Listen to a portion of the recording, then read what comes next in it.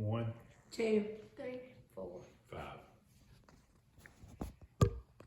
Hello, my name is Nicholas Watkins, and today I'm going to be demonstrating how to play spikeball. On May 15, 2015, Chris Rudder, along with many of his executives, took their pitch to Shark Tank. Here, interest was spread around the room, but the shark who took up the offer was Damon John. Damon John actually got a pretty good deal because now annually they make $15 million. Today, I want to inform my audience on the different rules and the variations that spikeball has. Along with knowing these rules, I want my audience to know how to play, how to understand when they make a mistake, and how to fix these mistakes. To start, there's a couple simple procedures to do before playing the game.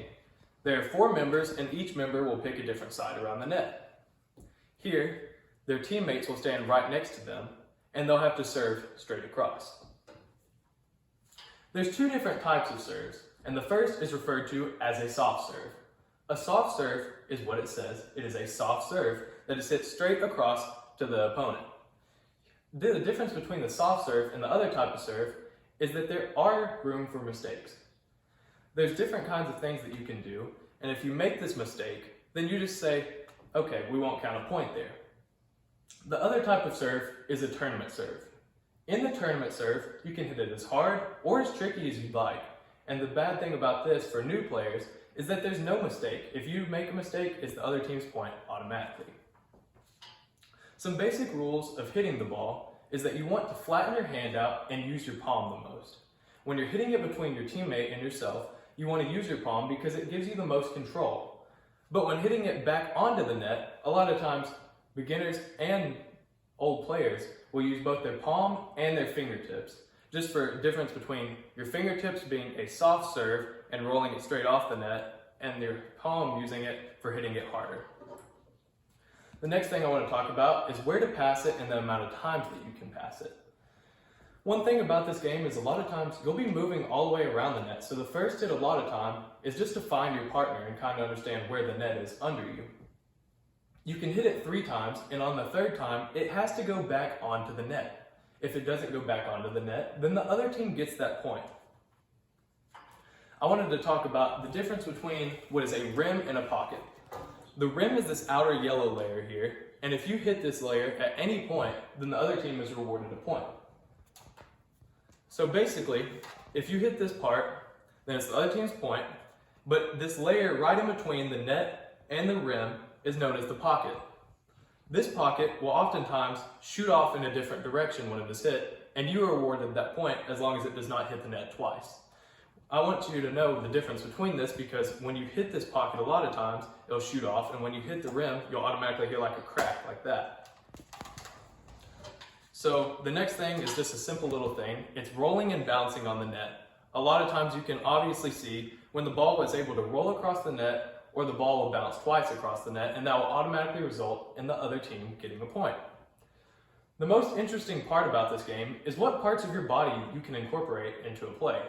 A lot of people just think that you can use your palm, your fingertips, something like that.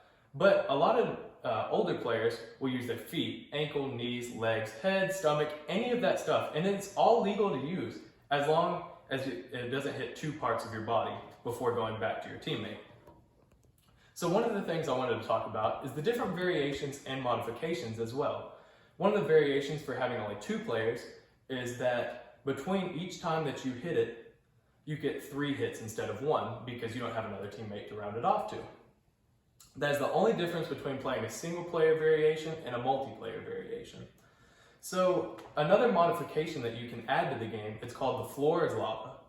In this game, the ball can hit the ground once each possession, which is every 3 hits.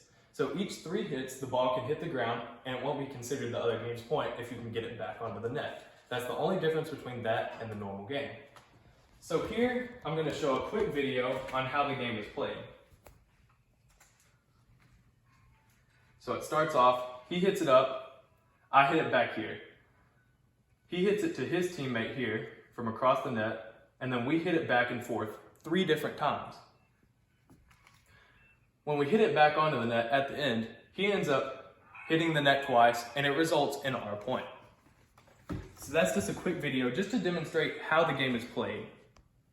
To conclude, the game of Spiteball, it may seem very complicated at first, and you might not really understand it, but by just watching it a couple times, you can really pick up on the game and the rules of the game. One thing about it is you have to make mistakes to get better at this game. As for many other things, just by making mistakes, you pick up on ways to get better. I hope that everyone will go out and try this new game. 1, 2, 3, 4. 5.